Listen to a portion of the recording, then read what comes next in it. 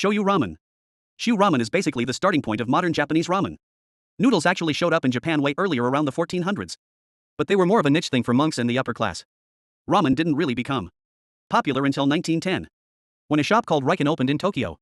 It had Chinese chefs mixing Cantonese noodle techniques with Japanese flavors. That mix created what we call now Tokyo-style ramen with a clear brown broth flavored by soy sauce. Back then it was called Chinese noodles. The place got huge, serving thousands of bowls a day, and basically kicked off ramen's first big boom in Tokyo. Shei means soy sauce, which is the basis of the broth. It's made by gently simmering, not boiling hard, so it stays clean instead of turning cloudy. Usually, it's built from chicken and pork bones, plus things like ginger, garlic, and green onions. Then comes the soy sauce base, which is often mixed with things like mirin, sake, and umami ingredients like kelp or dried fish.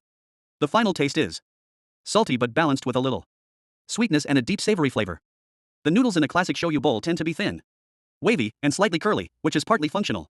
Tokyo tap water is relatively alkaline, and noodle makers historically used water from the area, which gave the noodles a springy, firm texture. Shoyu ramen remains the benchmark of elegance and balance, representing a century of refinement in the heart of Tokyo's culinary landscape. Miso ramen. Miso ramen is actually one of the newest main ramen styles, only becoming popular across Japan around the 1960s. It comes from the north. Hokkaido, Japan's northernmost main island, is cold for a good chunk of the year, and the food there reflects that. Miso ramen was born in Sapporo in the 1950s, when a restaurant owner named Morito Omiya at a place called Ajino Samp accidentally served a customer a sample of miso flavored broth, and the reaction was so good that he eventually formalized it into a proper menu item.